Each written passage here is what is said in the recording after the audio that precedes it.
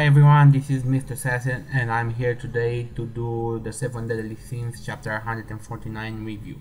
And I've been waiting for this chapter because the hype on ESCANOR is really legit and I really want to see what he's able to do. So this is going to be a review slash live reaction because I'm just reading the chapter right now.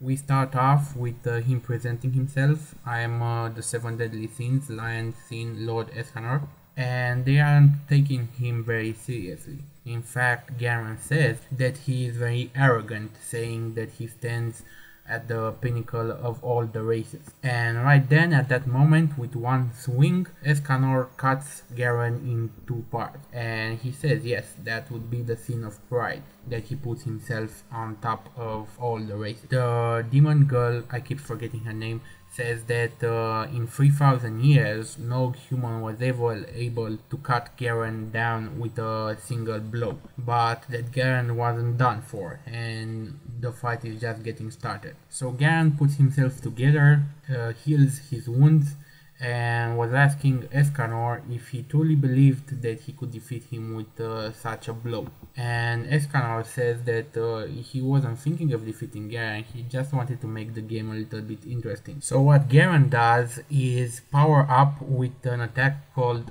Critical Over, and what this attack does, according to Marcela, is that Garen gets into a berserk state where he can use his physical strength to its utmost power, and Garen doesn't leave this state until his magical reserve runs completely dry.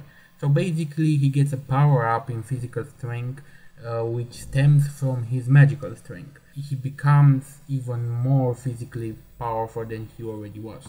And on the next page we see that his total power level is over 40,000 and he starts speaking very irrational, I would say, according to what I see in the chapter, and he strikes ESCANOR. With that strike, Garen cuts the mountain and the strike continues to go on, and it cuts the mountains in the immediate vicinity, and it just keeps going, and it goes so far where Merlin can actually sense what's happening. She can sense the battle, and Meliodas can sense it too. But the most surprising fact is that they sense the higher power coming from ESCANOR. So Garen is currently at 40,000 and ESCANOR is at 55,000, and the power continues to raise, so it's still powering up ESCANOR.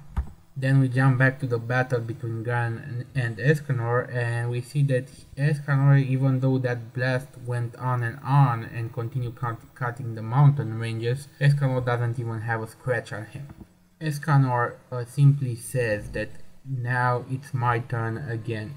And Marcela says to Garen that they need to retreat, but Garen still wants to fight. Unfortunately, on the next page we get a depiction of Garen and ESCANOR, and ESCANOR is like a giant compared to Garen, and I think this depiction shows the difference in their power. What happens next is that Garen is afraid and he wants to run away. Unfortunately, because of his 10 commandments power, Garen turns to stone because he swore not to run away. So now that he does, that actually constitutes a lie, so he turns into stone. And ESCANOR actually says that what a shame, I wanted to show him some of my real power, but I guess that end up not happening. So ESCANOR is just playing. Now the only demon that's left there is Marcela, and she looks very disappointed in Garen. So we don't know if Garen is still alive or not, but currently he's turned to stone.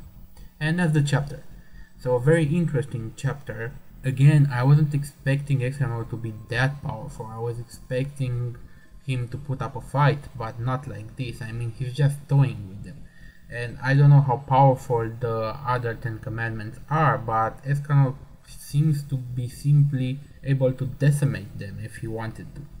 And yeah, I'll leave it there. Rate, comment, subscribe, and I'll see you guys next time. Have a nice day. Any rational society would either kill me or put me to some use.